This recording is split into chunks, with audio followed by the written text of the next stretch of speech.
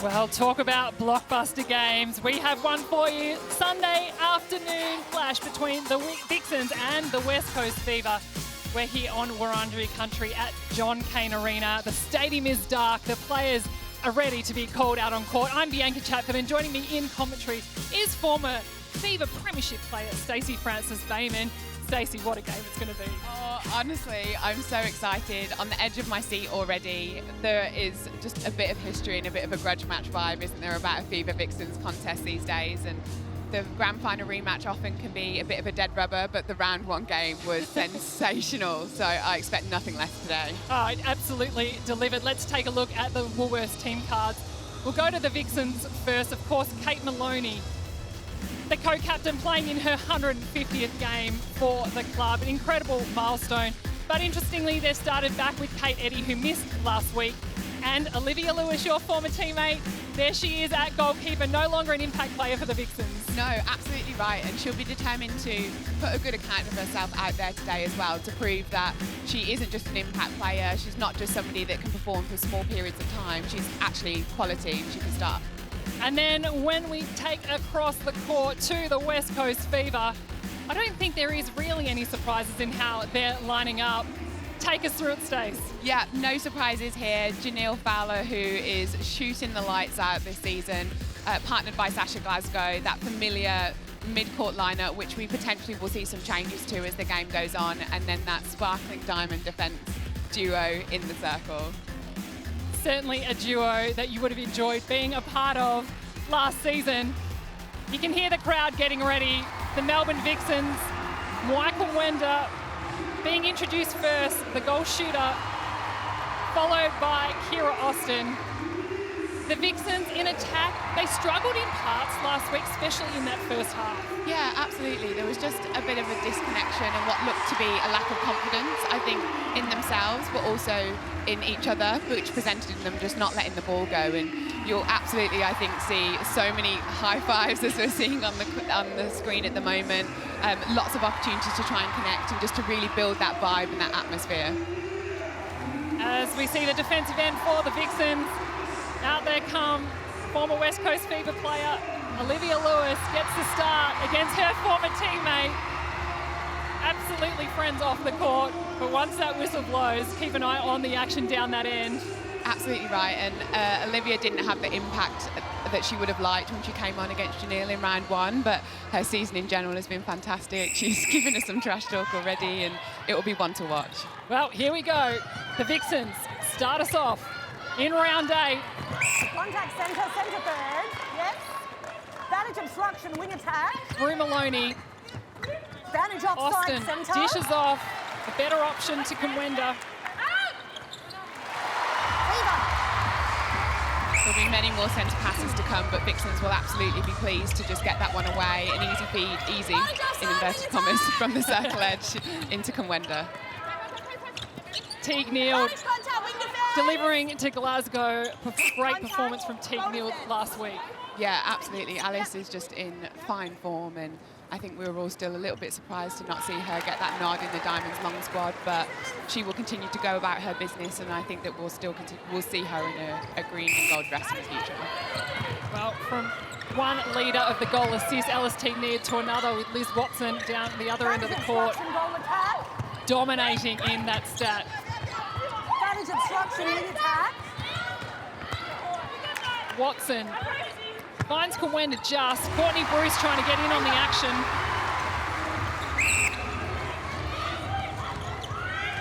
Remember how critical the first half is for both teams. It's been the barometer of their season so far. Absolutely right, but I feel like when we pitch a tent on something in the pre-game, the teams really like to tear it down quite quickly, so it'll be interesting to see how this quarter unfolds. What, you mean they can hear us? Something like that. Really keen on just making us embarrassed. Weston up the middle. Kumwenda has to swing across. Great play from the Vixens in attack.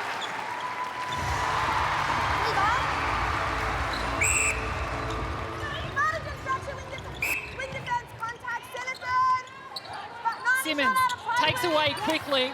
Why wouldn't you? Glasgow under the post. Great timing from Sasha Glasgow. Yeah, Jo Weston just caught napping there for a second, shaking her head at herself, and I don't suspect that we'll see Sasha quite so free moving forward. Sorry, wing defence obstruction. We spoke about that matchup in the pre-game. Certainly one to keep an eye on. Contact goal defence, yes. As is Kumwenda up against Courtney Bruce. Viva. Let's go across to Maddie Brown. What are you noticing so far early on in this game? Well, I think it's really interesting to take note of both teams' defence. It's that high hands over every really pass, making sure that they're owning their own opponent first before they maybe go out and split into defensive unit structures. So it's all about that one-on-one pressure, both from the top of the centre pass all the way to the circle before they start to release and maybe go into some shapes and structures. Yes, Jess. Work it in, work it in, work it in. Eddie missed last week, back on court for the Vixens. Kumwenda for her fifth. Fever, quick to get started. Up and over the top to Fowler, but there's too much on it. I was actually really keen to see Vezi put that one in. I think it would have put Livia on notice, knowing that they still feel confident to feed that ball from distance, but unfortunately the execution of the pass wasn't there. So much space too behind Janelle Fowler. Austin misses. Sunday Ariang Possession. rebounds strongly. Well, Courtney Bruce is That is second in contact the goal ladder shooter. for rebounds. She will absolutely be ready for any sniff of a missed shot from the Vixens. And Fever's capacity to score off the game possession is elite. So they'll definitely want to take this one to goal. Much stronger connection between Simmons and Fowler. And it ends in a goal. Scores are back to level.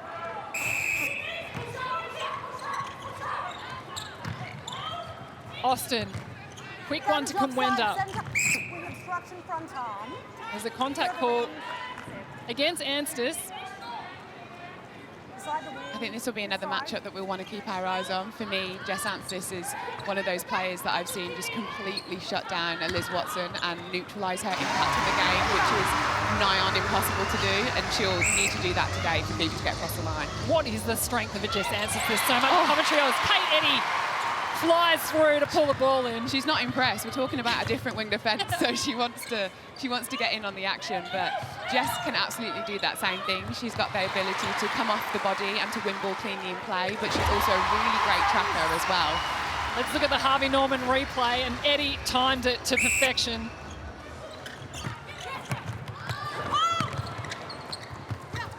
Over the top, Austin Kumwenda.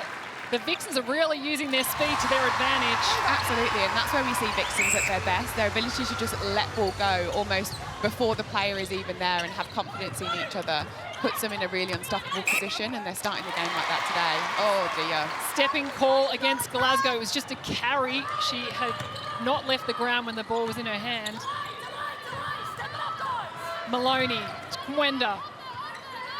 Walk one way across the circle, trying to move the Fever defenders, but Courtney Bruce. That is obstruction goal attack. I could watch that. That is contact Defenders goal should attack. watch that on replay all day. Courtney was in an unfavourable position behind her attacker, but her ability to be able to come over the top and contest that ball cleanly and come away with an interception is incredible. Defense, you're holding in. 39 deflections for Courtney Bruce. As we see it there on that Harvey Norman replay. Commit that to memory, defenders. We're not all capable of that, though, also, No. I'll caveat. I definitely was not. The Vixens out by 2. That is obstruction wing attack. Eddie to Maloney. Watson walks one way. Ariang got sucked into the pass. It allows the space in the circle.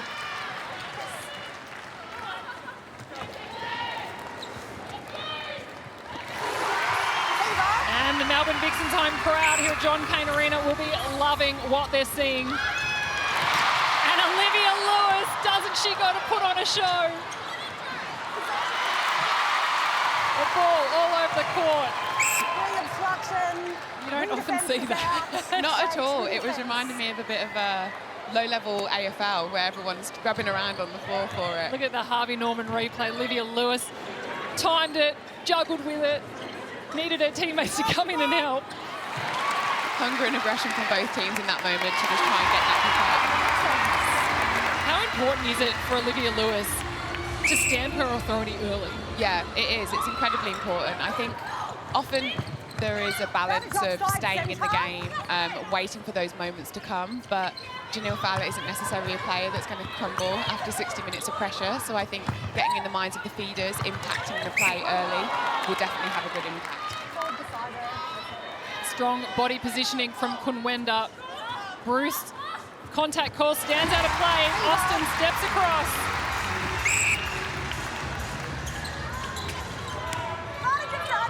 Teague Neal, the centre pass received. A mountain of work goes through Teague Neal on the centre pass for the Fever. Yeah, absolutely, and it just doesn't seem to be, too much. She's able just to continue to keep working, to take on the physicality of the defenders and just go about her business. Eddie with high hands over. Fowler hits the deck. Seems okay. The battle continues out on court. Teague Neal up and over the top of Lewis. Slightly risky, but it gets there. Let's go across to Maddie. Look, I'm loving the Vixens' timing. They've just got one lead, another. They're offering multiple options of things. Compared to last week, they were a little bit disjointed, but they look like they're finding their groove, the Vixens. What also I'm loving in the circle is the fact that they're owning that front space.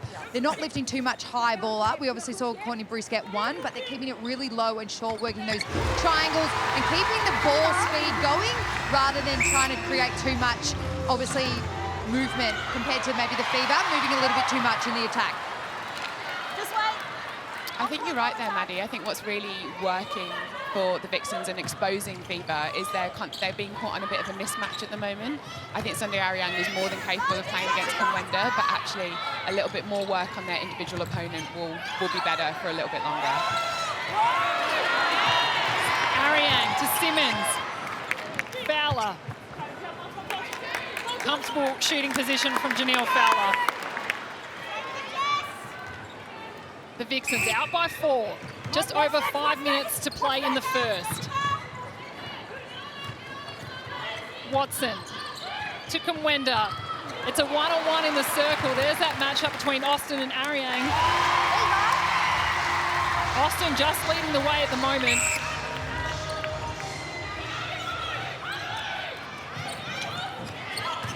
Simmons finds an option late with Glasgow out. And it comes back to Glasgow.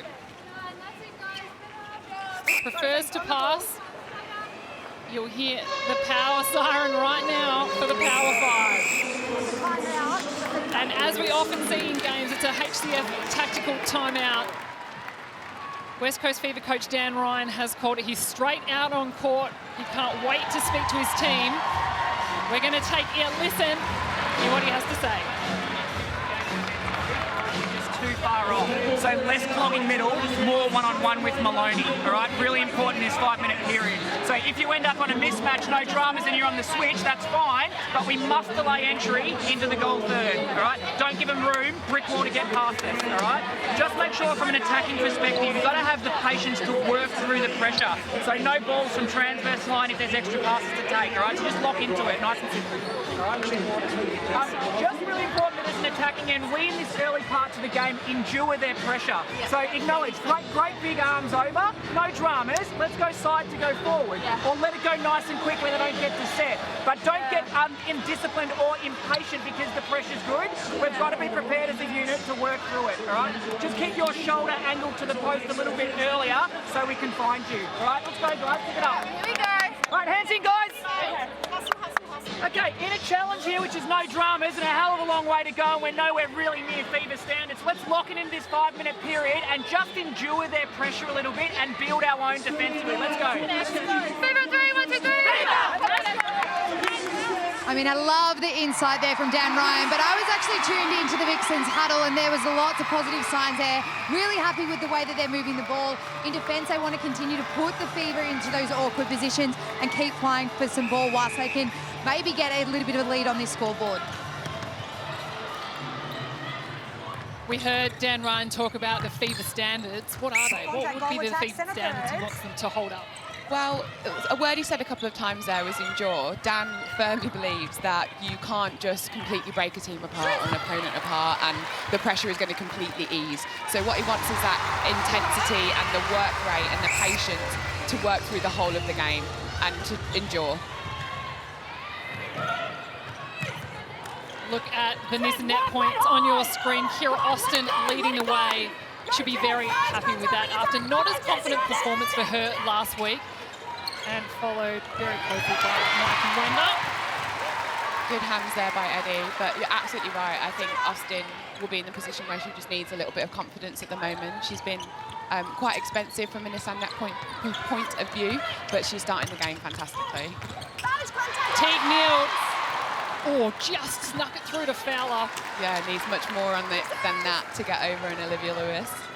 And of course, Alice Teague Neal, the former Melbourne Vixens, back in the day, 2015 with her first season with the Vixens, before she ventured to the Magpies and then across to Fever, where she's now a premiership player. Some would say it was the best thing for her. Austin, she wants it in the Suncorp super shot zone. Can't land the two. Wender settles for one. The Vixens out by 5. Ansters bounce it. Teague Neal, Simmons straight up and over.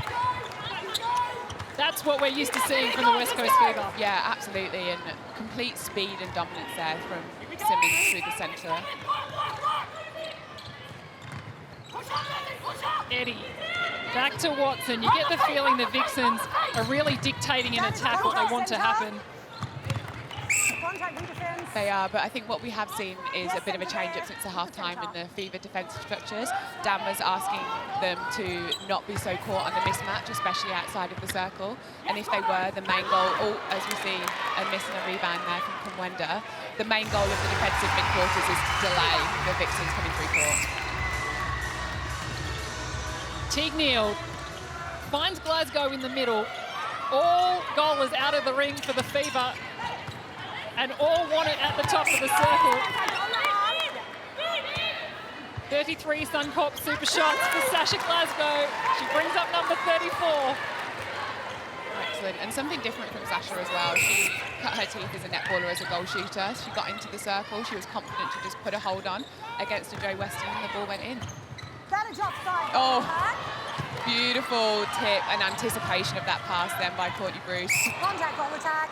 You can't ever underestimate Courtney Bruce. She's always hanging there waiting for the opportunity to spoil it. Oh, Weston, a heavy hit on the floor. She contests that ball. That was fantastic commitment to the first ball contest though from Weston. She will need to continue to do that in the game. Court's wiped up. Weston looks like she's recovered from that heavy knock. And there is one goal the difference. 2 back-to-back super shots from Sasha Glasgow in the same area of the court, closing that gap really quickly. Teague Neal just gets to Fowler. Over the top to Glasgow. We've got just over a minute in the first. Glasgow for her 3rd in a row. And Fowler rebounds for 1. Scores are even. It is amazing how quickly things can change. Absolutely, and I would have backed Sasha to go to post there, and then you just have an extra level of confidence, I think, with the Janelle Fowler underneath to rebound for you. Coach Dan Ryan for the West Coast Fever will be very happy with what he's seeing on the scoreboard. Really great footwork in that defensive circle then by Fever to really stop that too. Ball eventually finds its way in, but I think they'll be happy to let her one side. Much slower approach for the Vixens. And a help ball. Alice Teague Neal didn't feel she had enough options. Just over 20 seconds. Austin finds Maloney in the pocket. A roll-off from Kumwenda and the perfect placement of the pass.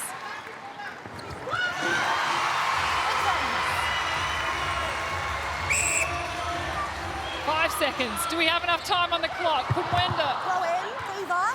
fumbles it, and it's a Fever throw-in, but that's it for our first quarter. It's exactly how we expected it to be, a close challenge. The Vixens, they're leading by 2. Don't go anywhere. We'll be back with the rest of the game very soon.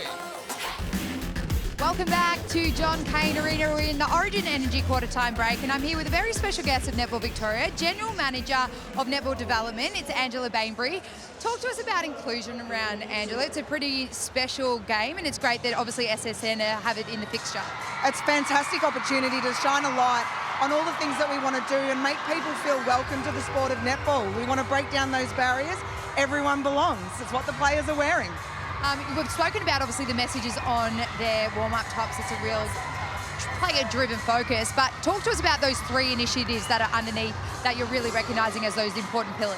We're using our 3 pillars today to highlight people with a disability, our LGBT plus community, and along with, people with a disability, LGBT, and our COLD, our culturally and linguistically diverse communities. We want to bring everyone into netball. We want to make sure everyone is welcome and bring them to a fantastic game of netball. Well, we've brought everyone in the house tonight. We're sitting at about 7,000 at John Cain Arena. So hopefully the Vixens, they're sitting up by 2 at the moment, but hopefully they can pull through with the win today. Let's get back to the netball. Thanks, Maddie. Well, the Fever, they're away in the second quarter. They're down by 2, but the energy is there. Drew Fowler for their first of the second. Vixens. Build, let's go. Build. Watson finds Austin. There wasn't much leeway on the pass. And Austin scoots around the side. That timing from Kira Austin. It's not too dissimilar to the goal attack down the other end in Sasha Glasgow. No, exactly right. And Dan was really demanding of Sunday during that timeout to try and put that work on early on Kira, delay her, keep her outside of the circle, no free entries. You often hear when these two teams play against each other, it's a game of persistence. The first half matters, but it's what happens in the second half from that pressure. Yeah, absolutely right. And I think that's what you want to see in all high-quality netball games, that it's really about the smallest, tiniest moments, if you can stay in the game. And, heavy bump there between Anstis and Austin. And the crowd applauding Kira Austin. And Jess Anstis that all is okay. And Ariane with the rebound in her hand. Excellent pick up there and hustle by Jess to make sure that the Fever didn't lose possession, but really rewarding, I think, for the defenders to come away with that rebound. Dan challenged them in the quarter time by saying they'd had 0 from 3 rebounds, which Courtney corrected him, 1 from 3. But they both came to an agreement that it wasn't good enough and they need to capitalise off of those missed shots. Don't you hate when coaches miss some of your important stats? Exactly right. You work so hard. Contact, wing defense. Teague Neal to Simmons. Just so casually up and over the top, but this time much more air on it. I think a one-on-one in the circle with a feeder feeding from the edge is completely unstoppable.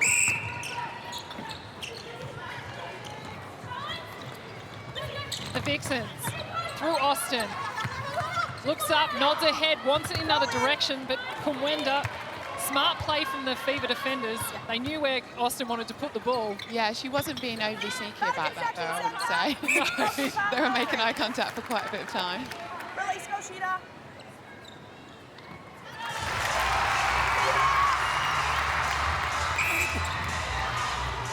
Kira Austin shooting 75%. And the Fever, what can they do? Look at the shooting stats there for the Vixens. 93% and 70%, sorry, for Kira Austin. And Janelle Fowler, no surprises, she's sitting on 100%. Advantage break, wing attack. Unbelievable superstar of our game. 14 from 14 so far, and it's still such early days. Yes. Watson, quick one to Kumwenda on the base. Courtney Bruce just putting Vixens on notice there, having a hunt outside the circle. Timing was a little bit off, but I suspect that's not the last time we'll see her come out. And if I was a Fever, I'd be thinking about it. That's exactly what they want to happen. Think about it. The intimidation factor really does start when the defenders come out of the circle. Nowhere safe. The circle edge off the circle. You got to do everything you can as a defender. Austin balks one way to Kamwenda, back to Watson. Up and over. Nice split from Kamwenda to gain some distance to the post. Really lovely placement on that feed there by Liz. Both defenders were hedging in the circle, but she still had the confidence just to place it in.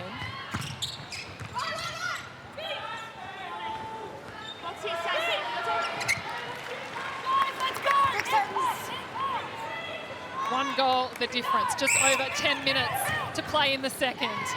Remember when we talk about the second quarters, the Fever haven't lost the second quarter other than when they played the Vixens in round one. And the Vixens, they haven't won the second quarter other than when they beat the Fever in round one. There are some really polarising stats about these two teams. It's really hard to really camp in one side of the game because they kind of they complement each other. If you put them both together, they would be the world's best netball team ever. Exactly, but we'll keep a very close eye on how this one pans out. Teague Neal finds Fowler in probably one of her favourite shooting positions. Vixens. Let's go across to Maddie Brown. Look, I pointed in the first quarter about that one-on-one defence from both teams, but we're seeing a bit more spread starting to happen.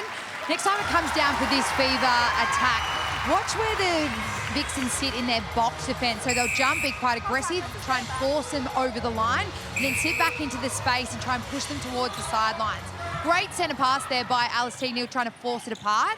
But watch them sitting into space trying to get some game ball because games are very far and few for both teams at the moment. Yeah, absolutely right, Maddie. I think that's a fantastic thing to point out for the people to watch at home, and actually it really plays into Olivia Lewis's strength. So earlier I'd written down in the game she was aggressively hedging and incredibly far away from the circle, but it's tempting that the West Coast Fever to throw that ball, and Fowler is coming out on top at the moment, as we can see from the Nissan net points. She's leading with 41 and supported by Alice, but they need ball, and she has the capacity to get it. Gains are hard to come by, but it's exactly what both teams will be wanting.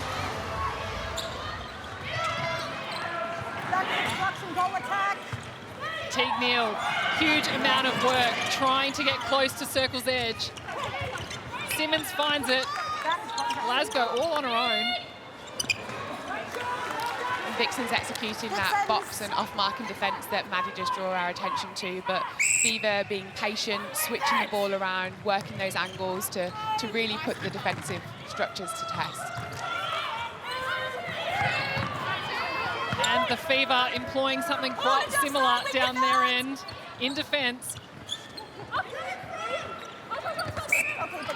lot of time between that feed from Watson to Austin. Almost too much time. They were lucky to get it through in the end.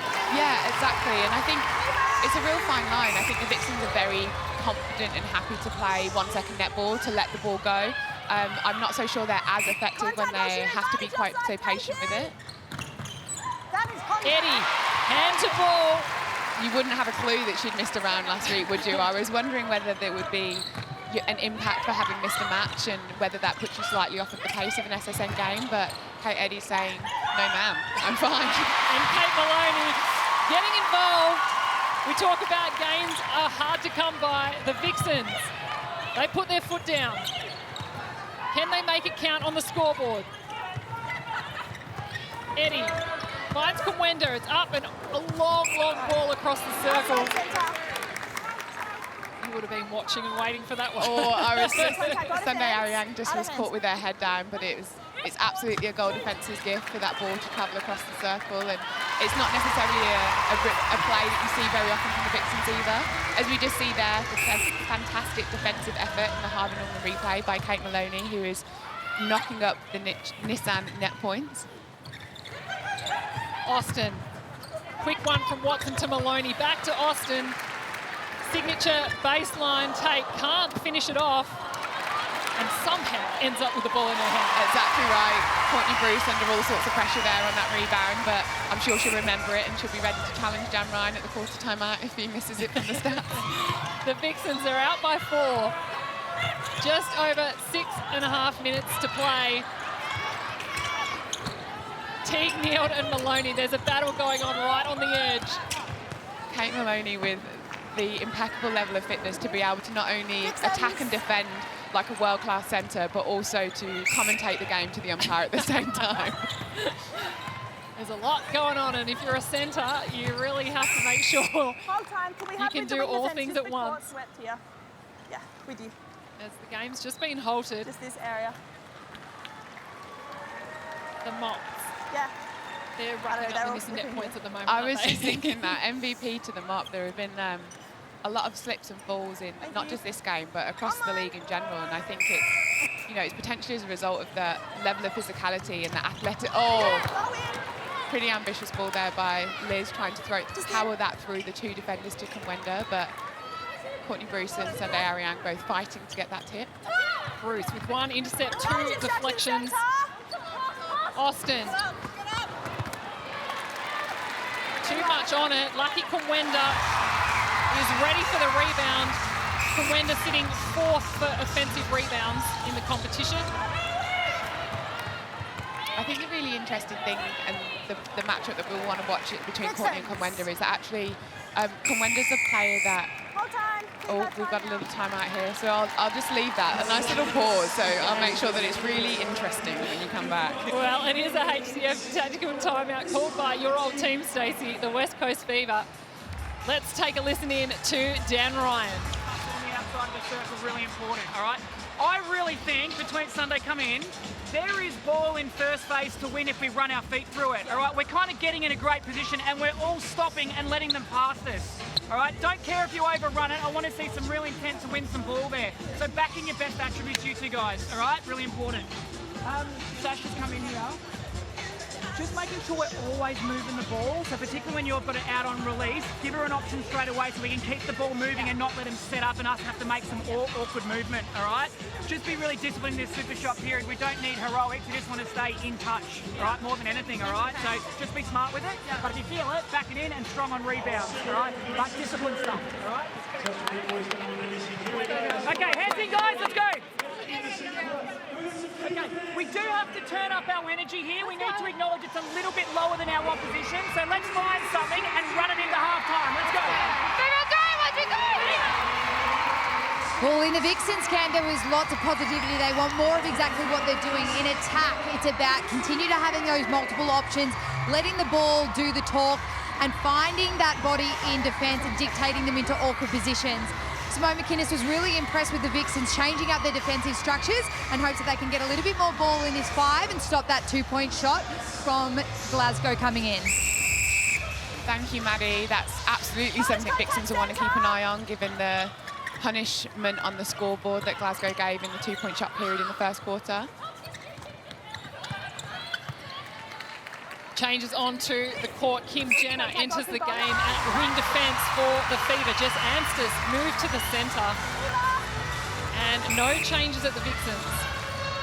Yeah, absolutely a defensive change there by Fever, and Dan was encouraging the defenders to really have a go at first ball contest at the centre pass, and Jenna absolutely has that athleticism and the ability to come through on ball. He just wants them to be confident and know that the opportunity is there. And Sasha Glasgow. The hot hand in the power 5. Picking up where she left off. Suncorp super shot. And we are in the power 5. So every goal in the Suncorp super shot zone is worth 2. Maloney, Kumwenda, Quicks backing out to Watson. And the Vixens settle with 1. They extend their lead to 3. Anstis. Back to Ariang. Playing it around the Fever in attack, trying to penetrate it down to their attack end. Absolutely an increase in work rate and energy, though, that you can feel it from the Vixens. Dan drew attention to the fact that the Fever were potentially not matching that level of intensity, but Sasha said, whatever, it doesn't matter, I'll just score the 2s. You just all do what you're doing, just give it to me, I'll take care of it. Incredible shooting from Sasha Glasgow. Little mistimed attempt at an interception there by Courtney Bruce. easy hit at the top of the circle for Liz, but they just conceded one.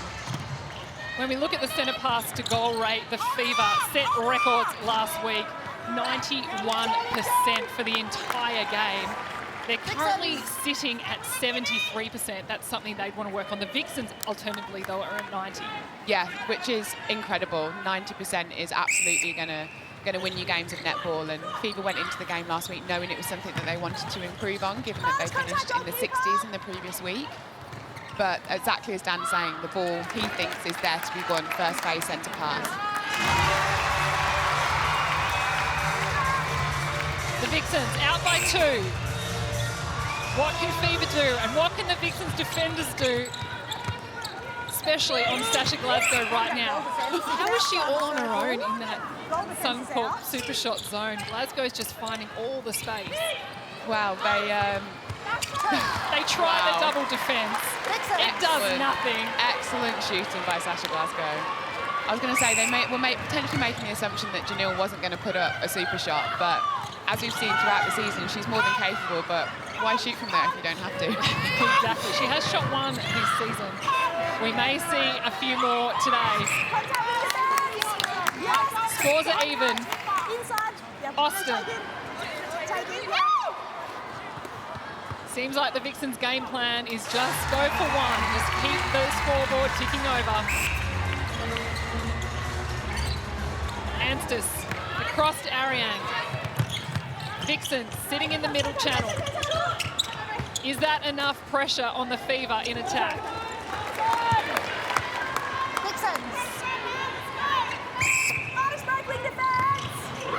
Just over a minute and a half to play in the first half. We've been talking about this second quarter, how important this second quarter is to both teams. At the moment, the Fever are out by 1 in this second quarter. Yeah, but I think the quarter isn't obviously over, but I think Vixens would be incredibly pleased with this first half of netball, knowing that Fever have the ability to blow the game out of the water in just 30 minutes of netball.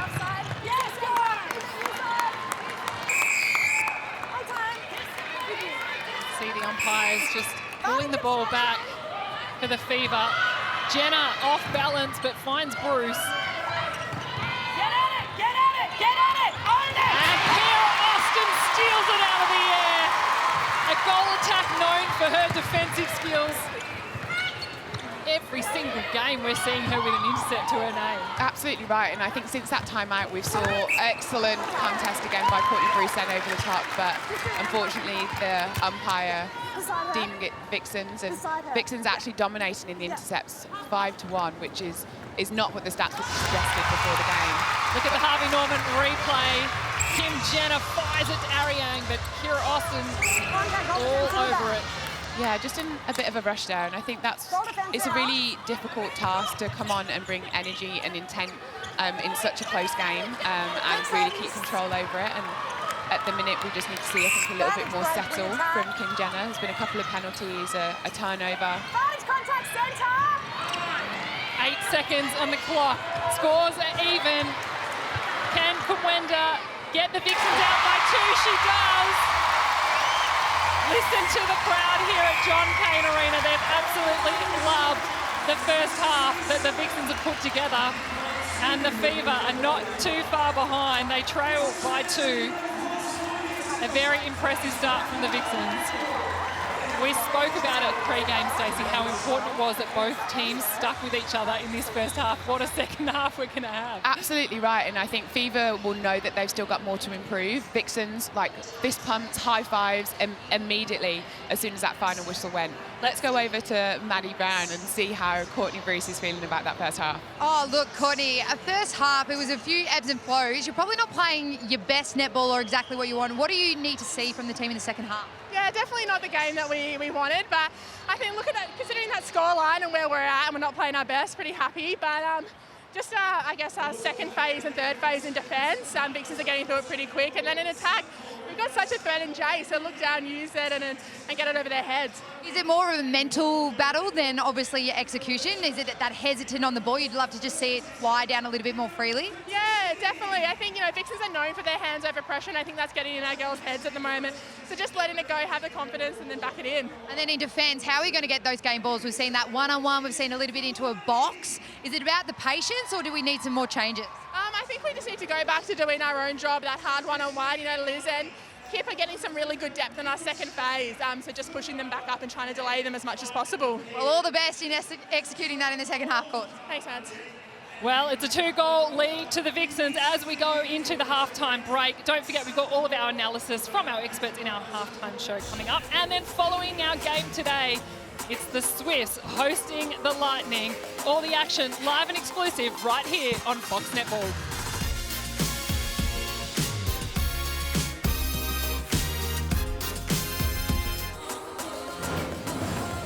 Well, welcome back to Fox Netball. There's been plenty of highlights in the first half. It's the Vixens by 2 up against the West Coast Fever. Anything can happen in this second half. Both teams have been firing in different ways out onto the court, but both coaches will be fairly happy with what they're seeing. Stacey Francis-Bayman and Maddie Brown joining me in commentary. We're down into the Vixens change rooms. Maddie, what would the conversation, do you think, be down there? Look, I think they'd be pretty happy. We obviously mentioned their starts at the top of the game, and they've come out firing and they're in lead. So if they can continue that consistent form in attack and defence and maybe get a few extra gains, that conversion is obviously up for them. Compared to the Fever, I think they'd be looking at a few, obviously, strategies to maybe change, Stace. Yeah, absolutely right. They've got a very calm and controlled setup going on in the Fever meeting room at the minute. No signs of the summoning circle that's been chatted about quite frequently on Instagram, but they will definitely be needing to take their game to another level, knowing that Vixens are going to come into their own in the second half of the game. Both teams have been speaking about wanting to stay close to each other as well. Let's have a look at the Vixens attack, Maddie. What have been impressing you the most? Oh, it's just been that kind of freedom to let the ball go. They haven't been hesitant with the ball in hand. They've been seeing it, sighting it, letting it go really quickly. They've had lots of options, multiple leads on different levels. It's that depth, that width. They're utilising all the channels and kind of making the defenders for the Fever's heads turn and not knowing where it's going. So they're really unpredictable, which has been great to see. And they've been dominating that front position in the circle, not doing too many high balls because they've been respecting the Fever defence, knowing that they can come over from the behind. So it's that short, quick, fast movement from the Vixens that they're so known for and absolutely killing it in this first half. And it's certainly not what we saw from the Vixens last round, but they've worked on that. Both of you have been mentioning the goal attacks and the goal attacks impact that they're having out there on the game. If we take a look at Kira Austin firstly, what have you been thinking about her performance? Well, she's really dominating the 10-minute first period. She's getting that front drive. She's generating some of that control with the ball in hand and putting that pressure on the scoreboard. What we haven't seen is obviously in that 5-point shot, but she's doing her job hitting a lot more volume. She's got a few more assists, and she gets that second phase pass for the Vixens. On the flip side, Sasha Glasgow is obviously dominating in a totally different way, Stace. Yeah, absolutely right. She's coming into her own in that super shot period, but I feel like what would be the difference for Fever is if Sasha got her hands on more ball and had the confidence to feed into Janelle more. She's one of the best feeding goal attacks in the game, and I think that is a role that probably goes underdone and under-noticed throughout the season, but it makes a big difference to the Fever. As we can see, she's shooting pretty well, but volume is exactly where we would generally see it, but I really would like her to put ball in a bit more. Yeah, I mean, Alice Teagnell is dominating the centre pass, so you can get into that circle, let them bring it down. I'd love to see them give that space to the mid-quarters at the top, get into that circle, Sasha, draw those defenders apart, and maybe even isolate Janelle Fowler under the post. They're a little bit hesitant to let it go, which is huge respect to Liv Lewis, but if she's there, fire it. We know how good she can be when they side her under there. And have a look at the Fever in the change rooms. We also caught Courtney Bruce talking to the umpires just after your halftime interview. Maddie, did you catch what was said? I did. The umpires pulled Courtney aside and just said, look, we're going to be watching on the breaking of the centre pass defensively. So it's that jumping forward, trying to get that little bit of an edge on the Vixens attack. So just be mindful of that, obviously, in the second half, because they may even advance the ball. So they'll want to be tidy and not ill-disciplined on that one. You know what? I love that the umpires actually went over and had that conversation. I think that's really important. Let's take a look at the ladder. As it stands right now, the Adelaide Thunderbirds will sit on top if the scoreline stays similar with the Vixens leading the way, and the Vixens will be 2 games clear nearly, depending on what happens with the Swifts and Lightning, which is, of course, coming up straight after this game. It's a real battle to be in that top 4, let alone to stay in that top 4. Now, it's competition time and why netball is important to you. And what does the game mean to you? Brought to you by Suncorp. We'd like you to submit your entry in 50 words or less, along with a video image of you and your club to foxsports.com.au/Suncorp, or you can simply scan the QR code on your screen for your chance to win a family membership to the Suncorp Super Netball team of your choice in the 2024 season. Now, here is Elise Garrity. Now, that is her favourite player, Lauren Moore, also someone who hails from Wyong. That is her junior club and Lauren Moore's junior club as well, and they were in Sydney last weekend to see the Giants and the Swifts. What a beautiful picture. Great to have your company here at John Cain Arena. Well, it's the Vixens leading the Fever by 2. An action-packed first half as both teams are getting ready for the second half. Lots of Vixens fans in the crowd. Well, Stacey Francis-Bayman, anything could happen. Absolutely right. It's a bit of a flip of the coin at the moment, but Vixens will be incredibly confident going into the second half with a 2-goal lead. And Vixens know that Vixens know about themselves that they have an ability to push on in this second half. But we haven't seen the best of Fever yet, I don't think. Well, there is Fox Footy's own and Richmond Tigers' Jack Revolt in the crowd. And we're going to go from the crowd to the court side. Dan Ryan, the West Coast Fever coach, is joining us. Dan, what have you made of the first half? We're hanging in there. We're not quite at our best in that first 30, so got to tweak a couple of things here and there in both ends of the court. But doing a relatively good job just to stay in touch, but there's much more in us for sure. Yeah, Dan, as you said, obviously Fever not firing at its best. They haven't lost a first half of netball at all this season until now. Where do you think the game is lacking so far? Well, I think we just have to be really disciplined to work our way through the Vixens' defensive pressure. It's very good one-on-one smothering. Their hands over pressure is pretty solid, so we've got to make sure we don't get ill-disciplined and force things that aren't right or aren't on. And in attack, they're being very clinical today, the Vixens, so we need to find our ways to impact and the variation in which we can do that. Yeah, on that, Vixens historically are a team that are incredibly difficult to win ball off of, as Courtney just has an attempt up and over Wenda. Have you got specific defensive strategies that you put out against a Vixens? Yeah, we've got a number that we can turn to when we need to, as well as personnel changes that bring something different to the court too. So might have to tap into that in this second half, but first and foremost, just more accountability, own player, own job. Thanks so much for joining us, Dan. Enjoy the rest of the game. Thanks, guys. Still 2 goals of difference, but now 1 through Janelle Fowler. And 100% shooting from the dominant Jamaican. Incredible work there by Jess Anstis. Having complete awareness there that Kira was on her own, came through and won ball for the team, which is exactly what they need. And it's just in the centre and eyes on everything. Jenna remains at wing defence. Kate Eddy says, I'll show you, I can go hunting too. Teague Neal did look like it was going to make it, but it eventually got to Fowler. It did, and that will play in the Vixens defenders' minds, so you don't necessarily want to feed a 2-on-1 all the time, but if the ball is still able to get there, that's an attacking win.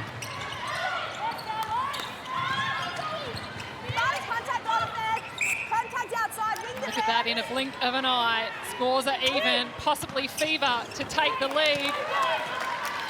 And they're ahead in the second half. 4-1 start so far for the West Coast Fever. Coach Dan Ryan, he's standing up there in the coach's box, looking very animated. Yeah, and he was standing up. Oh, excellent outside arm tip there by Sunday Ariang, and the pickup by Courtney Bruce. Fever really coming into the game defensively now, which is what they were missing before. And we were talking about energy being flat, and turnovers absolutely give you energy. Answers. Teague Neal. They want to find better positioning on the edge. Eddie being an absolute pest out there, hands in everything. Teague Neal wants to go up and over. Liv Lewis just got caught on the body. And still not, you know, the perfect feed. Alice was on the circle edge and that ball did make it to Janelle, but Liv can jump. So you really want to put that ball up and over and not let her think she was anywhere near it. Just not convincing feeds. Yeah, exactly right. And error there by Fever, straight out of the sideline, and some visible frustration on Fowler's face. Weston finds Maloney as the Vixens transition into attack. Watson to Austin. And Maloney tries to move on quickly.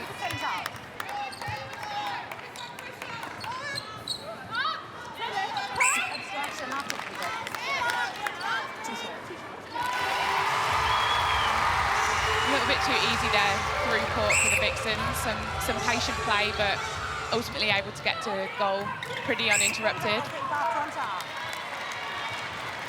Penalty call there on Courtney Bruce, challenging Kumwenda outside of the circle, which will be exactly what they want to do. The Fever with 6 of the last 10 goals. Kumwenda comes up short. Another missed rebound there. Dan Ryan sitting back down in his seat, looking quite dejected at that. It is another opportunity again, an ability for the Fever to turn the tide in their way. And Austin, there's just not enough power on the ball, is it? It really seems to be quite flat. And that's really not a favourable option either. She had nothing forward, and then defenders on the line were non-ball side, and to throw it to a non-ball side attacker, also over Akira Austin, it's always going to turn up in a turnover. Uncharacteristic errors from the West Coast Fever. Look at this Harvey Norman replay. Anstis just didn't pay enough respect to Kira Austin, who can get up defensively to those balls. Absolutely right, but not dwelling on the error. She was straight back in there with the pickup, ready to keep possession. Fever lead by 1. Kumwenda has to go back, no option forward. Austin hovering out the circle, and the Fever, they steal it back. Oh, and the Vixens, back they go. Absolutely furious there from the Fever. And a missed shot and a missed rebound. Vixen still remaining in possession. Some calls that wouldn't have gone the way for either of the team, but Vixen's keeping their heads and coming out on top. As we see there, a missed throw, Courtney straight onto it. The Aussie Diamonds teammates up against each other. I don't know what's going on out here, Stacey. I'm not sure the umpires did either, in which case just advantage. Glasgow. She comes up short. Fowler secures the rebound. Let's go across to Maddie. Look, there's a little bit of frustration here on the sideline with some of the calls from the umpires. They're letting some of those contests go. There might be some slaps on some hands. For me, I'm like, let it go. These women are athletes. They know how to have these physical battles. So I don't know about you, but I'm all for this to play it out right until the end and let them just adjudicate the game as they see it. I think you're right, Maddie. Often the umpires can slow the game down and interfere, but it is another miss rebound. It is up to the players to take responsibility when they're out there to adjust to the calls, and whilst it isn't dangerous, I think you're right. Let it go. Scores are even. 42 apiece.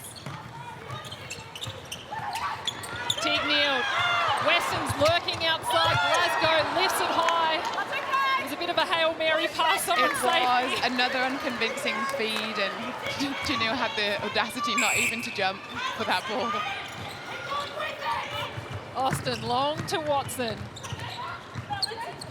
The pace is really slowed down. Kumwenda, can she make it in her first attempt? She does this time. Win the fence, win it, just the arm. With me, go fence. Yeah. Anstis just wants the positioning for the penalty. That's something players do often when they're out of play, just sneak a bit further. Yeah, are you out of play? I'm not completely sure. There's always an influence you can have on the game, a side of the opponent that you can take, which makes it, your next move better. Kumwenda keeps it in, but the Vixens not looking very convincing. It is a clunky game out there at the minute. We're not seeing the best of either team, but it's not going to take much for that to change. Lev Lewis, she timed it just short. It was almost like she was there too early. She was in the air for about 5.5 minutes and still missed that ball. If we look at the miss and net points on your screen, Alice Teague Neal, who's been absolutely dominant in the miss and net points. She's leading the way on 74. She has, but take a look at the rest of the top members there. They're all Vixens players. Glasgow. That is contact wing. Easy one to Fowler. Fowler steps in. I don't know why she needs to. Misses it. I want to go across to Maddie.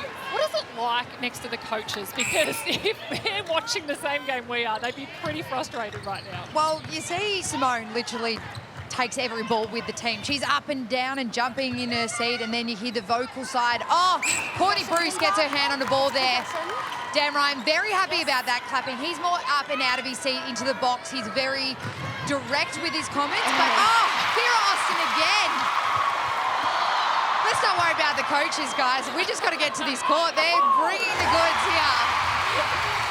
Harvey Norman replay.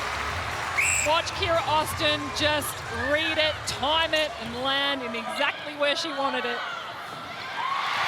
Kumwenda gets in on the deflection action. Teague Neal to Anstis, back to Teague Neal. Can they get it through? I don't know how they did, but they did. It was a very brave pass there by Alex, but straight into Janelle, who looks like she's pretty fed up with it, to be honest. Kudos to Teague Neal for the confidence to put it in. It is a HCF tactical timeout. One very frustrated coach, Dan Ryan. We're going to take a listen into what he's got to say. He's straight up to Kim Jenner. Then you've got a great opportunity to bring the ball through court for us. Don't run away from it. Get your hands on it. It's what you do well. Yeah, just want you more at it. Get right on that ball. And again, think your line and angle to the passer, so it's really easy to find. All right, back that in. All right. Cordo, going to jump into goal defence for the super shot period. All right, so take a breather for 5. Reed, you're coming in to keep us over here. Between you two guys here, again, making sure no super shots taken because we're hustling and owning the front position, and we're going to monster and own the rebounds together, all right? So bring in your collective strengths together, okay? Let's go. Good work on the transfer to get through. Keep our work rate high. If our defence on grit moments need help, you're coming up and getting the ball in your hands, all right? So back in your ability to do that, all right? Integrate concepts here, guys, but just keep that work rate up, all right? Let's go. All right, hands in. Let's go. Okay, going to try and turn the dial again for the next 5.5 minutes, guys. So energy and impact from Rude. Let's back in our ability. Let's go. Fever 3, 1 to 2. Let's go.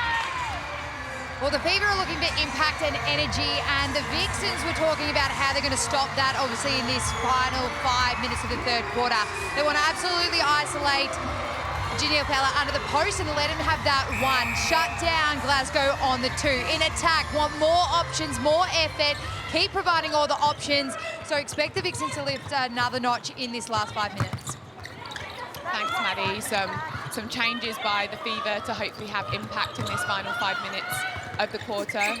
Rudy Ellis coming on at goalkeeper, Courtney Bruce shifting out to goal defence, and a bit of instruction as well on through-court attack from Dan to Kim Jenner, asking her to be more available and try and beat that clunkiness that's happening through court.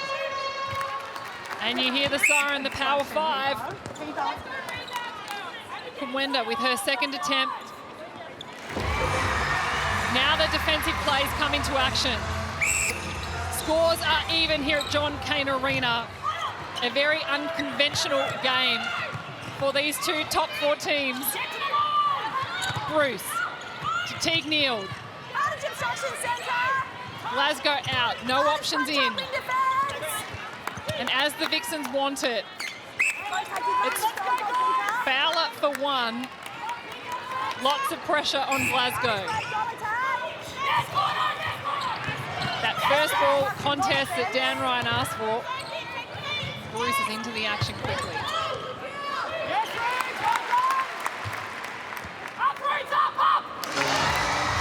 Really similar styles of play from both teams then. Goal attacks exiting through the top middle of the circle and feeding it through to the goal shooter as Courtney Bruce twists herself inside out to hold on to that pass from Sasha Glasgow. Fowler wants Glasgow, she gets her. It's off though. Glasgow can't land it, and Fowler turns around and says, let me just do it, let me take care of it. 34 from 35 for Janelle Fowler. Bruce out of play, it's a 2-on-1 in the circle for the Vixens. Austin for 2. Can't land it either, but it is a second chance. Bruce looking quite perplexed that she's out of play. Aren't we always, defenders? So surprised. You're always shocked. What do you mean? I wasn't holding it.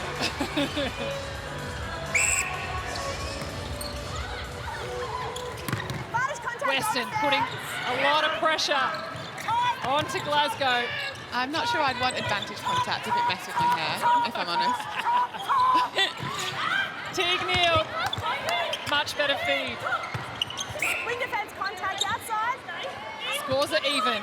2.5 minutes to play in the third. Comes up short again for Glasgow, but gets the rebound. That's a much more confident shot. Absolutely right. She didn't look like she was going to miss on that second time, but is concerned about the bump in her hair, courtesy of Joe Weston. 6 Suncorp super shots for Sasha Glasgow. A handy 12 points on the scoreboard. Contact goalkeeper. Cemetery, yes. Austin, can she repeat down the other end? Not to be, but Bruce is in on the rebound. Yeah, we've just not seen Austin firing on that 2-point shot. Oh, as we see a tip and a chase down from Eddie there. Fantastic defensive work from her, and will give the Vixens another opportunity to take it down into the circle and to hopefully impact on the scoreboard. Eddie with 3 intercepts and 2 deflections. Incredible work there by the wing defence. Known for her extra long reach that she has, which is very handy with your hands over at 3 feet. So we just got reserve umpire Tim Marshall just clarifying whose centre pass it is. You absolutely don't want to be in the game where the centre passes are going the wrong way for a Vixens match. As an umpire, I don't think. And as we saw in round 2 against the Magpies, the discussion didn't happen, so good to see the discussion happening today. Absolutely right, they are only human, but there is that ability to communicate with each other and to take the time, because games are incredibly close and one centre pass in the wrong direction makes a huge difference. Glasgow again can't sink the Suncorp super shot. There's a booze ringing out around John Cain Arena, but in all fairness, the umpires at both ends are letting some questionable contests go, and so the players need to just continue. And some real persistence by Sasha Glasgow on the 2-point shot here, just willing to keep putting them up, and hopefully one will land. Clear instructions from coach Dan Ryan. She can look across at the coach's bench, and Dan Ryan's giving her a clap. Watson, second phase for Austin. And the Vixens, they're down by 2. The Fever, you get the feeling a momentum shift is starting to happen. It is, and I think it's hard to recognise given the amount of times the ball has turned over, but Fever are in the game. They still won't feel happy. They're not hitting their standards, but they're able to execute, and that is what you get from the best teams in the league. They're able to play ugly or play okay and still do a job when it's needed. And at the minute, they're a couple of goals up and they're winning this quarter. 10 seconds to play in the third. The Fever by 3. The crowd. The goalkeeper's goal defence is out of play. You're beside the goal defence. She's not beside the goal defence, but the umpire is going to ensure that Kumwenda takes a step back for the longest super shot possible. And listen to the crowd. They love exactly what they've seen from Kumwenda. Her hands are raised in the air. The energy from both of these teams is electric. It's 1 goal the difference. The Fever leading by 1. Don't forget, following our game today, it's the Swifts and the Lightning. And I don't know what's going to happen, but I think this one is going to be just as hotly contested. Don't go anywhere. We've got the final quarter coming up, live and exclusive right here on Fox Netball.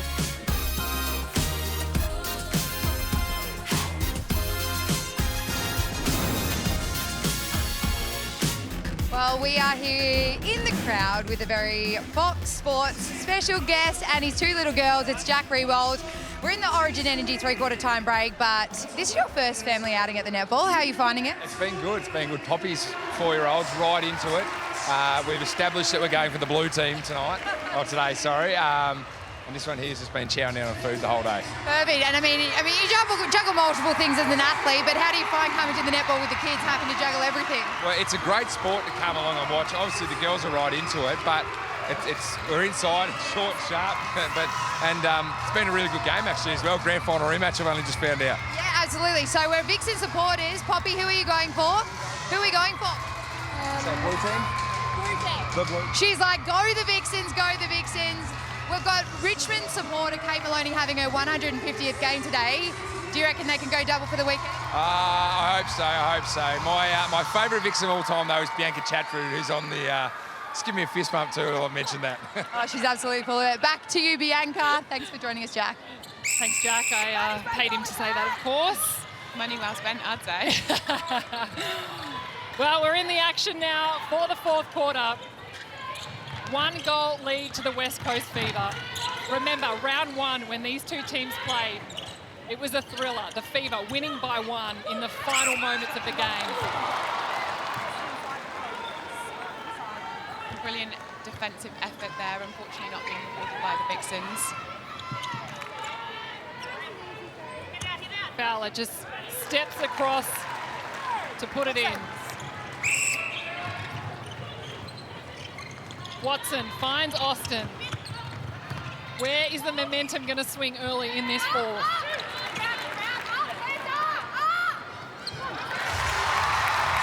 I suspect that wherever the momentum swings first, it's potentially not going to stay based on the 45 minutes of netball that we've seen so far and what has actually turned out to be a bit of a super shot shootout.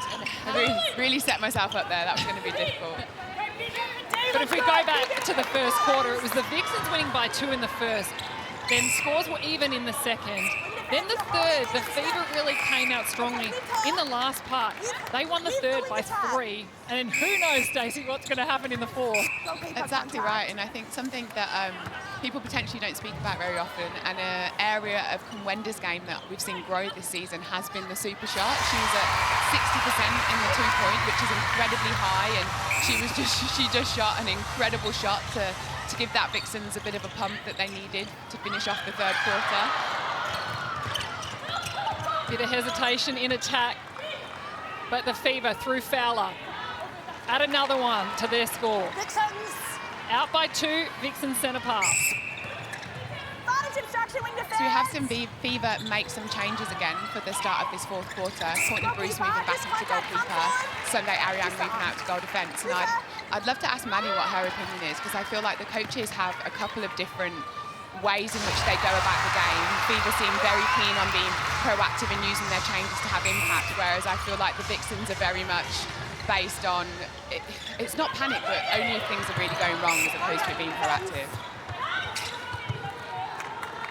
We haven't quite got Maddie. Oh, yes, we do. We've got Maddie. Stace, I think it's a really good point. The Vixens, obviously, even in their huddles and stuff like that, it's very much player-driven. They try and find those solutions themselves, where I think sometimes the Fever are quickly to look at Dan for those reasons and maybe finding those solutions on court. So it's quite interesting. I think also Simone loves to stick with her 7. She finds it's good for consistency and wants them to be able to ride out those bumps, as we saw Ariane hit the deck as well as the game goes on.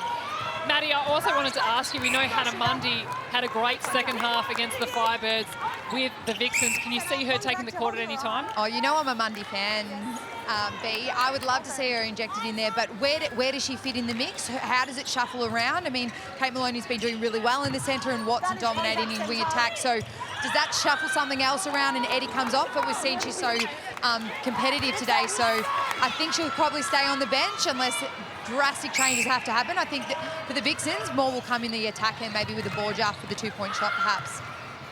Well, we shall wait and see how this final quarter plays out. Yeah, I think it's so interesting, and actually it's the players' responsibility when they're out there on court to have that impact, but it's also, it's bold and it's confident, I think, for coaches to make changes in tight games for it to potentially turn the tide. So absolutely both teams doing a brilliant job, but what can happen when I inject something different and somebody else will do something different? 2 goals of difference. Now 1, but it's going goal for goal. How can the momentum swing and the big impact be made on the scoreboard from either side? As Western just giving Glasgow a shove behind the ball. Yeah, the start of this fourth quarter has been quite willing, and as much as we were championing Frozen earlier and saying that we wanted the umpires to just let it go, I do think there's a fine line of them keeping the contest clean and players safe. Vixens. Maloney, Austin pushing through for the centre pass. Watson finds Austin again. Advantage contact. Advantage offside. And it is, it's heard Coach Dan Ryan tell Kim Jenner, go for that first ball. She's doing exactly what he told her.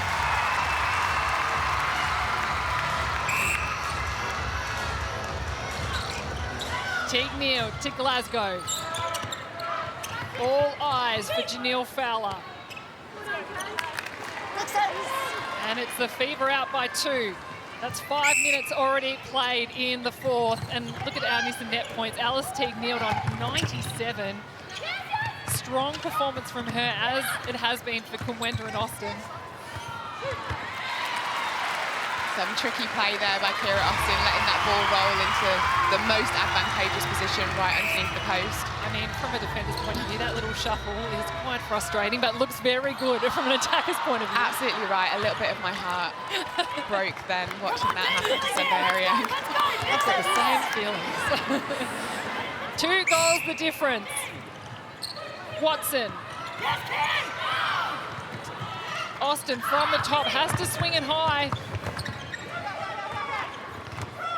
And the ball's put down for Austin. Not confident to go over the top of Bruce. Strong take from Kumwenda.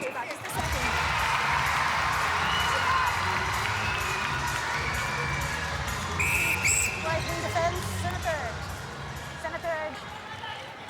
Breaking call against Kate Eddy. The Fever, though, take it down quickly. And again, D, let's go. Look for ball.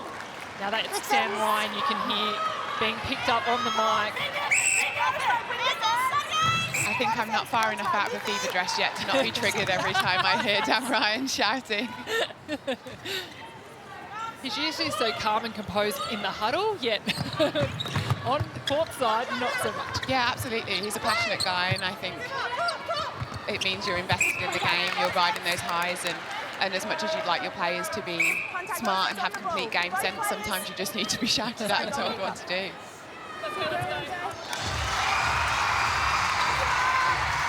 Now the Fever lifting up their centre pass to goal rate up to 86%. Actually, both teams sitting on 86% at the moment. Teague Neal, Glasgow. Oh, cheeky.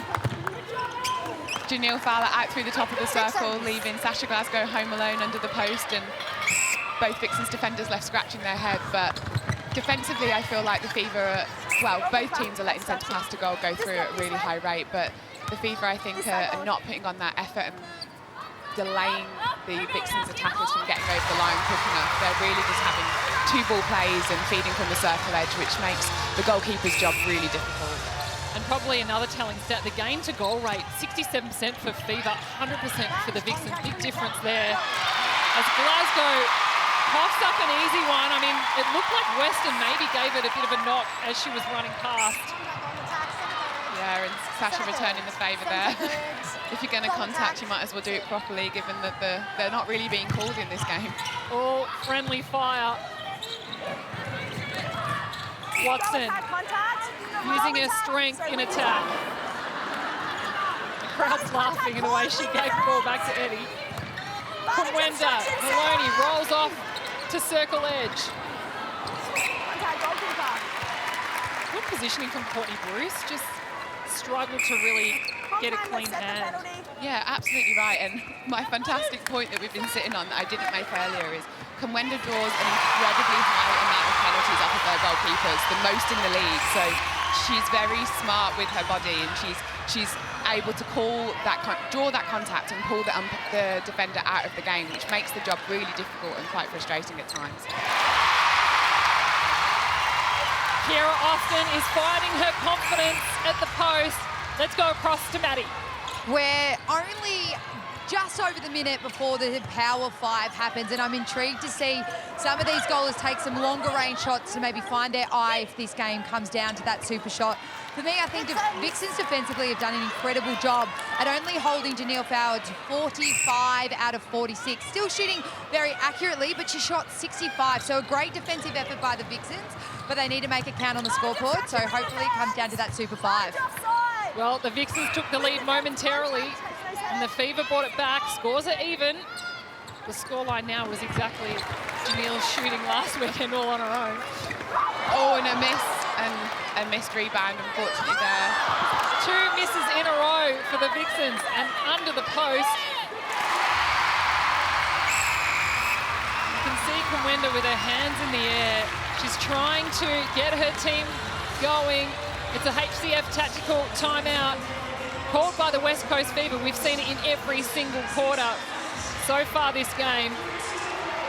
We're going to take a listen into the West Coast Fever. Let's hear their tactics for the next 5. Tenacity and relentlessness on Liz. Yeah. Right? Anywhere she is, you are breathing down her neck. Anywhere she tries to go, you're stopping, you're delaying, etc. Okay. All right? So yeah, it might not be flying for ball and sitting offline, etc. Smother her. Yeah. All right? Back it in, mate. All right? Let's go.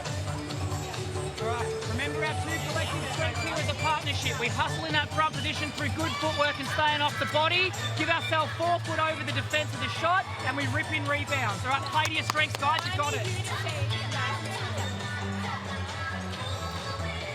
We go for it. We're aggressive, we're bold, we're brave, and we're also really disciplined, all right? So find your space in there, find your rebounding prowess. If you can get yourself into that super shot range and draw penalties or take shots, game on, all right? Discipline from you two to get to circle edge, all right? Okay, hands in, guys. Okay, we're doing a bloody great job. These are the moments that we prepare for, that we must really embrace as a team, all right? Attack it, attack it, attack it. Let's go, let's go. 2, 3, 1, 2, 3. Well, if we look at the Super Netball live ladder at the moment, the Fever currently sitting in 2nd position behind the Thunderbirds, but the Vixens, if they can get a win, they will lock themselves into the top 4 with 2 games clear, and that's if the Lightning lose. So the Swifts and Lightning do play a part in the ladder as well.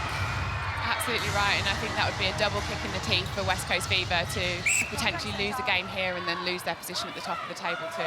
However, if the Fever do win, they will go back to the position that they're so used to being, right on the top. Teague Neal, tippy toes on the edge. Manages to stay balanced. Don't you love it when your teammates help you out? Incredible core balance there from Alice. Power 5 in play. Scores are even.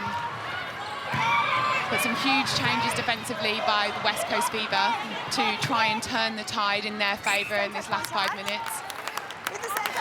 Rudy Ellis re-entering the court at goalkeeper, Courtney Bruce moving out to goal defence, and Sunday Ariang moving across to wing defence against Watson with the licence from Dan Ryan to wear her like a cheap suit. And Stisson Bruce. Look at Kira Austin and Courtney Bruce. They're tangled. They've got their arms Wow, that call I think is really significant to how this game is going to go. Of all the things to have penalised in today's game, and that's potentially a carry, but we'll carry on, that was what the umpires blew their whistle at. If we look at the Harvey Norman replay, look at this. They're really caught and jammed together. It's very mutual, and she's made a call, so. We had a very different angle from the commentary box, didn't we, for that one. Watson to Austin. Bruce looking very deflated.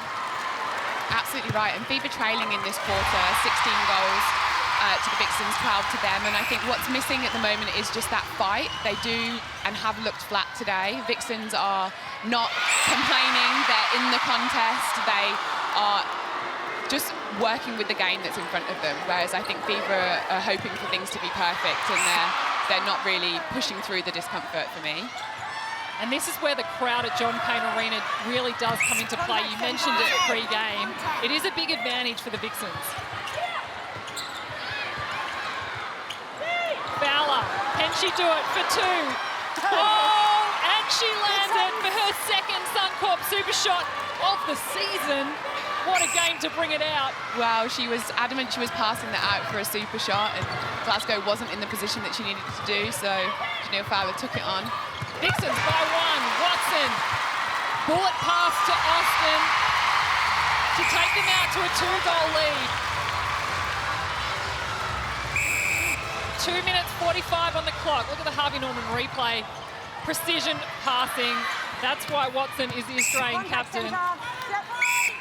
You would argue that that would have been a perfect moment to just have played advantage. I feel like as a player, I would be frustrated with the way in which the game is being called, but it is also a part of your ability to weather the storm, and Janelle Fowler's feeling incredibly confident. And she even leaves her hand hanging up there.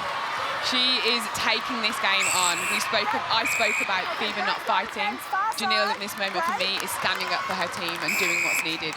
What an experienced campaigner she is in these moments. You look at the Harvey Norman replay. Holds her hand up, swish. I'll show you all how to do it. The Vixens by 1. Mountain of work there from Courtney Bruce off the back of the centre pass. The last 3, I think, have gone back to her. Great confidence there, though, just to send it in from Jess.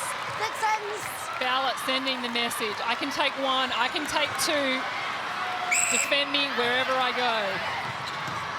And Watson gets an easy one into Kumwenda. Alice caught watching. Yeah, she was out on the hedge, but not necessarily the right moment. Coach Simone McInnes looking nervous. Contact, advantage offside, taken. Anstis to Ariane. Bruce doing everything she can in attack. Austin, another deflection and a stepping call against Jess Anstis. I'm really struggling to kind of have a really neutral take on this. As you see there in the Harvey Norman replay, there was a clear hand in by Kira Austin for me. Whether it did or didn't cause Jess to step, we don't know. But the rules of the game are the rule of the game, and they're having a massive impact on how things go. But we love to see it. It's jeopardy. It draws the emotions out, and I'm absolutely frustrated. So it's a good job I'm not out there. You can only imagine how the West Coast Fever will be feeling. Yes! And Ariane steals it off Watson. I was actually about to call it a day if there was no contact called then. Like, please, let's just play the rules. Thunder Ariane given the license to be all over. Janelle Fowler for 2. Can she do it again? Wow. How happy she misses, but Glasgow. She nails it. That is the way to silence a crowd who are booing you. They don't want you to score. They want the game to go in their own way. It's the Fever by 1. The Vixens in control. What do? Do you take a 2? Do you take a 1 and put the ball back in Fever's hands? Kumwenda picks the ball up, balks it once. Courtney Bruce will be ruining that penalty, given that it means a second opportunity at the super shot is available. Austin, listen to the crowd. What an incredible victory from the Melbourne Vixens. The complete opposite result to round 1. There was absolutely meaning and heart in this game. You could tell that both teams were desperate to get the result, but for me today, Vixens showed more desperation at times when it was required. They had incredible defensive impact and effort across the whole game, and they were able to deal with some crazy swings of momentum, which were mostly for me caused by umpiring. And what a moment for Kate Maloney in her 150th game for the Melbourne Vixens. They're certainly going to be celebrating this. She's smiling away. The players, as you would know, Stacey, absolutely love the chance to come up against each other in these games. They always end in such a close result. But the West Coast Fever look the complete opposite, don't they, to the Melbourne Vixens as they walk off the court. Kumwenda with giving Austin a little kiss. That kiss is well earned. Of all the times to sink a super shot under the most amount of pressure, Kira Austin stood up and did what was needed for her team. Fever will be feeling incredibly dejected, and their performance today wasn't up to par. But what a fantastic game. What a fantastic game as the Vixens continue to celebrate. And we're going to get down to Maddie Brown for our player of the match. Our Nissan player of the match. We couldn't go past you, Kip. You were so strong today from the very first whistle. Let's go back to the first half. You've obviously started slow for the Vixens the last couple of weeks, but you obviously were leading at halftime. What did it mean to obviously be leading going into the break? Yeah, I think against Fever, you can't let them get that upper edge from the get-go. So that was really our only focus, to come out firing and kind of go from there. So they definitely were coming back at us, but really happy to hold on to the lead in the end. And we talk about your defensive presence throughout the game. You always get your hands on a couple of little crucial balls. What is that mindset that you go into the game? Is it about attacking the ball like you're doing an attack in defence, or what is that mindset? Yeah, I think ever since growing up, even if you're in defence, going for the ball as if it's been passed to you, I think that's kind of my mindset. So, yeah, happy to get a few tips, and I think they just, fell our way in the end, which is good. We were talking a bit about the argy-bargy and the physicality of the game. How did you find it out there? Did you feel that the umpires had control of it, or you were happy with the contest? Yeah, I think they had really good control. They let some good contests go, but also pulled it up where it needed to be pulled up. So I think they did a really good job today. And lastly, that final shot, what was going through your head? You were going to put it down and then you're going to shoot it. How good must it feel to win the game on that super shot?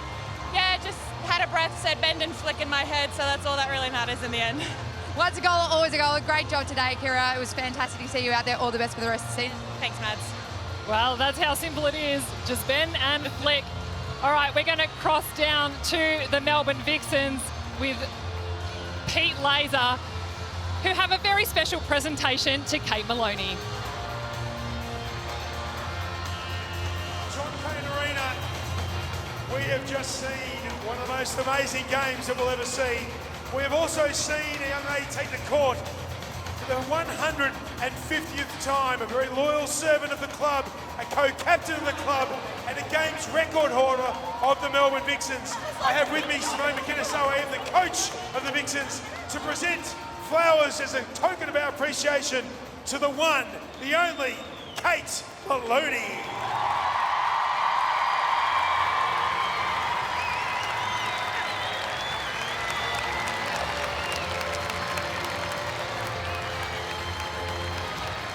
Oh, you are. I love that question. You ask it every time. Am I chatting to you? You know you're chatting to me in front of 7,500, 8,000 people celebrating 150 games. We'll get to your absolute milestone shortly, but just what's the overriding emotion going through your mind at the moment? I don't even know. I'm just so proud of the fight. We've been in really close games all year, and especially here at John Cain in front of amazing crowds every week. And you really did help us get over the line, and I'm just so glad that we got the win. You know the crowd's going to cheer anything you say. I was almost saw the first time in 150 games you were lost for words. That doesn't happen often, Kate. No, it doesn't, but when you have a win like that, this competition is so close, and every game counts so much, and to be able to, fever over the benchmark of this competition, and we knew we were going to have to bring it today, and I'm just so proud of the fight in every single one of these girls. You've worked so hard to get yourself on court, and then 11 years later, here you are as co-captain of the Vixens and a 150-game player, the first player to ever play 150 games for the Melbourne Vixens. What does this club mean to you?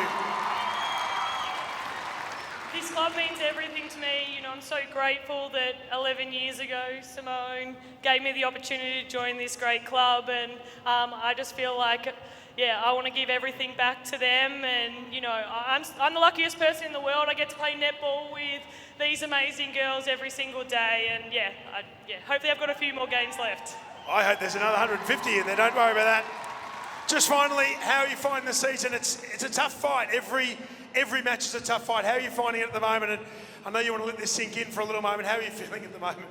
This competition is incredible. You look at the results yesterday, you look at the ladder, and it's so close. And you got to try and, I think winning games like this is going to go a long way to helping us make finals at the back end of the year. And, we love this stadium and coming out and playing in front of every single one of you. And hopefully, we can keep this run going. You say that you're pretty lucky to be here playing with some of your best mates. I think on behalf of the Melbourne Vixens family, I can say we're pretty lucky to see you lead the team out every week as a co-captain of our club. Well done on 150 games. Thanks, everyone.